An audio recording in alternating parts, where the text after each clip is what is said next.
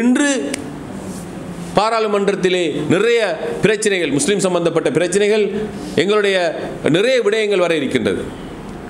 ஒட்டுமொத்த விடயங்களிலும் அதை அங்கே குரல் கொடுத்து பேசுகின்ற ஒரு சக்தியாக ஸ்ரீலங்கா முஸ்லிம் அரசு மாத்திரம்தான் இருக்க முடியும். தேசிய மக்கள் சக்தியின் மூலமாக, என்பிபி அரசாங்கத்தின் மூலமாக தெரிவு செய்யப்பட்ட ஒட்டுமொத்த எந்த முஸ்லிம் பாராளுமன்ற உறுப்பினர்களும் அங்கே வாய் திறக்க மாட்டார்கள்.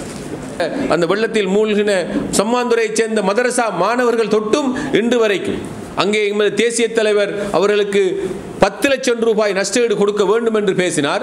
அங்கே நாங்கள் தீர்மானம் எடுத்து விட்டோம் என்று அமைச்சரவையில் கூறினார்கள். ஆனால் கொடுக்கப்பட்டது 2.5 லட்சம் ரூபாய் மாத்திரம்தான். அவ்வாறு நிறைய விடயங்களை நாங்கள் பேசலாம். காலம் அதற்குரிய பதில் சொல்லும். ஆகவே எங்களுடைய ஊருடைய இந்த மாவட்டத்துடைய அபிவிருத்தி சம்பந்தப்பட்ட விடயமாக இருக்கலாம், அல்லது எங்களுடைய கட்சி சார்பான விடயங்களாக இருக்கலாம், நாங்கள் தெளிவாக இருக்க வேண்டும்.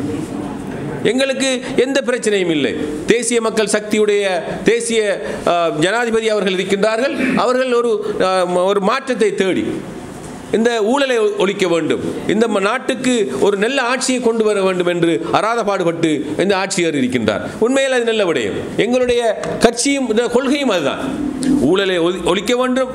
எங்களுடைய மக்கள், அனைத்து மக்களுமே ஒரு இனமாக, ஒரு தேசிய சக்தியாக, தேசியத்திலே வாழ்கின்ற அனைத்து இனங்களும் ஒரே பார்வையின் கீழ், ஒரே ஆட்சியின் கீழ் எல்லா மக்களும் சமம் என்ற அடிப்படையிலே தான் அவர்களுடைய அதிகாரங்களாக இருக்கலாம், வள பங்கீடுகளாக இருக்கலாம், தொழில் வாய்ப்பாக இருக்கலாம், வேலை வாய்ப்பாக இருக்கலாம், அனைத்துமே 3 இனங்களை உள்ளடக்கியதாக ஒரு இனம் கூடியதென்றும் அவர்களுக்கான அந்த அந்தஸ்துகள் கூட மற்ற சிறுபான்மையினருக்கு அந்தஸ்து குறைந்த என்ற அடிப்படை இல்லாமல் எல்லா மக்களும் ஒன்றாக பார்க்க வேண்டும் அடிப்படையில் தான் ஒட்டுமொத்த வாக்கும் எங்களுடைய முஸ்லிம்கள் கூட சுமார் 70% வாக்குகளை தேசிய மக்கள் சக்தி தான் வாக்களித்திருக்கின்றார்கள்.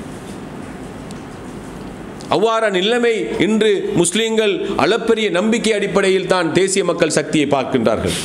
அவர்கள் தெளிவாக நடந்து கொள்ள வேண்டும். முஸ்லிம்களுக்கு பாதகமாக வருகின்ற எந்த ஏற்பாடுகளையும் அவர்கள் பாராளுமன்றத்திலோ அல்லது வெளியிலோ கொண்டு வரக்கூடாது.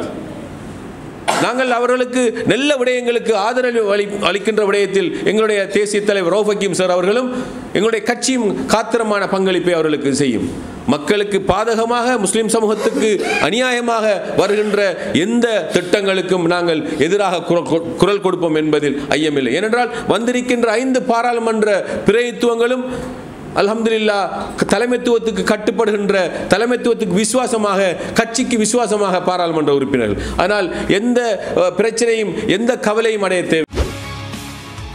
செய்திகளை உடனுக்குடன் தெரிந்து கொள்ள உடனே சப்ஸ்கிரைப் பண்ணுங்க.